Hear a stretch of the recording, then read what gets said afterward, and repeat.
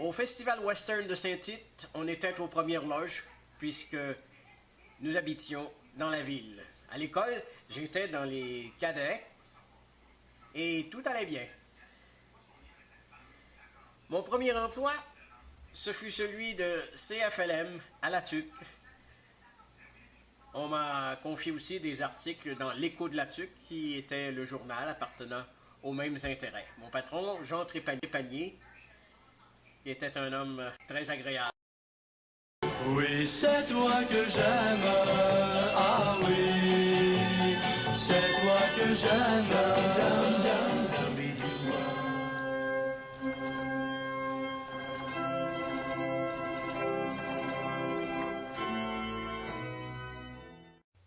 Je me suis marié à Montréal après avoir retrouvé Ginette, dont les parents avaient déménagé dans la métropole.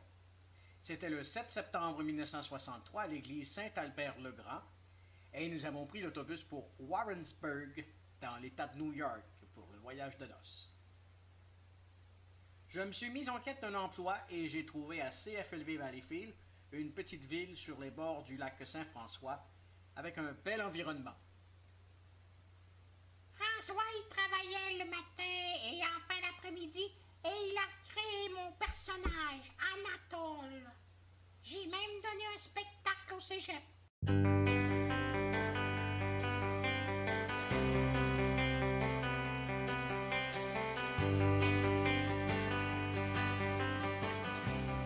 En 1965, comme la radio de l'époque n'offrait que des salaires de second ordre, je me suis joint à l'équipe de CHEF avec Paul Labrec et Robert Lheureux de Saint-Tite.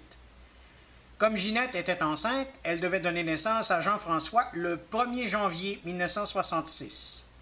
Le jour du baptême, la marraine Emma Noguès dut affronter une forte tempête de neige et eut peine à se rendre.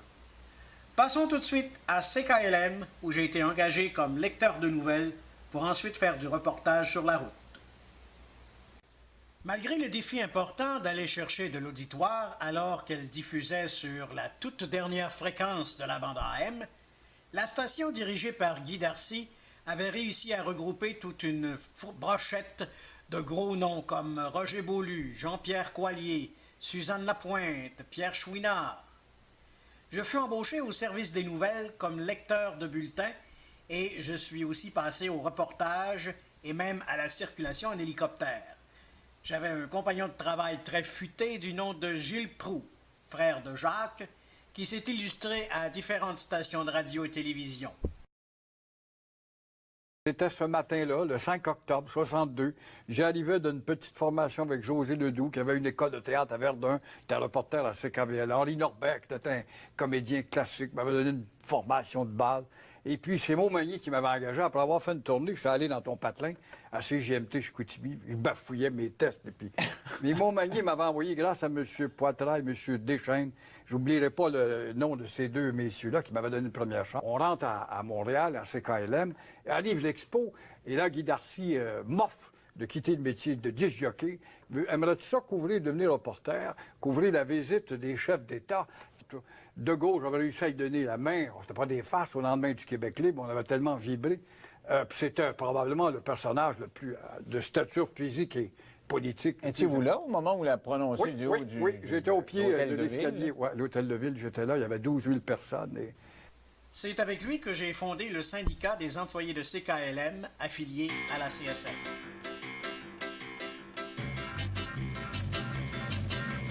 Un jour, quand tu viendras, nous t'en ferons voir de grands espaces. Grâce à ma passe de journaliste, j'ai pu passer des centaines d'heures à l'Expo 67 qui en valait vraiment la peine. On voit ici mes parents qui ont visité le Blue Nose, entre autres. Et sur le plan artistique, je fus rapidement atteint par l'émergence des grands noms qui aujourd'hui sont reconnus, mais qui à l'époque commençaient. Yvon Deschamps, par exemple. Mais mesdames et messieurs, pas faire de politique, c'est faire de la politique, parce que la politique, c'est la vie. Chaque geste qu'on pose est politique. Quand on mange, c'est politique. Quand on se couche, c'est politique. Ça dépend qui qu'on mange, pas qui qu'on couche. J'étais en congé le 28 juin 1968. lorsque Pierre Elliott Trudeau est venu défier les Québécois lors de la célébration de la Saint-Jean-Baptiste, du défilé, et il était installé à l'estrade d'honneur de la bibliothèque municipale. Il semble bien que maintenant on ait maîtrisé un assaillant qui se soit présenté, qui s'est présenté à l'estrade d'honneur. Il est regrettable que tous ces incidents se produisent. Il y a des projectiles qui maintenant volent en tous sens et les invités de l'estrade d'honneur rentrent à l'intérieur. Je pense, Henri, que nous devrions terminer ici.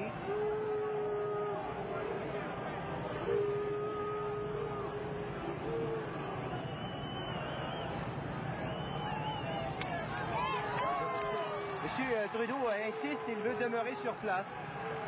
Il ne veut pas quitter l'estrade d'honneur. Alors, M. Trudeau a décidé de rester à l'estrade d'honneur et il a en cela refusé d'obéir aux personnes qui étaient autour de lui, qui lui disaient de rentrer. Mon travail de reporter à CKLM me donnait l'opportunité de rencontrer diverses personnalités.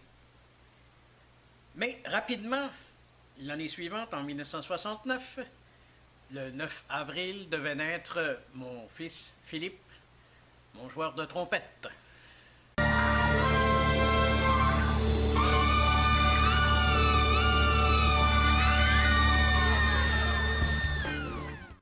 En 69, j'ai rendu visite à Michel Vinet à la station CKJL à Saint-Jérôme. Et aussi, il y eut l'élection du maire Jean Rabouin. À tous ceux-là qui nous ont fait confiance, qui nous ont renouvelé confiance, vous ne le regretterez pas. N'ayez aucune crainte. La démocratie, elle est dans le mensonge ou elle est dans la vérité.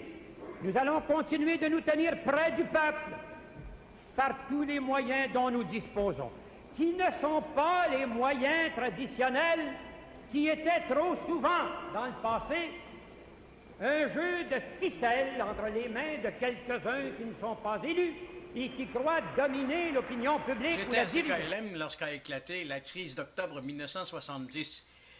Comme reporter, j'avais beaucoup de travail et j'ai récupéré des communiqués du FLQ dans les boîtes aux lettres.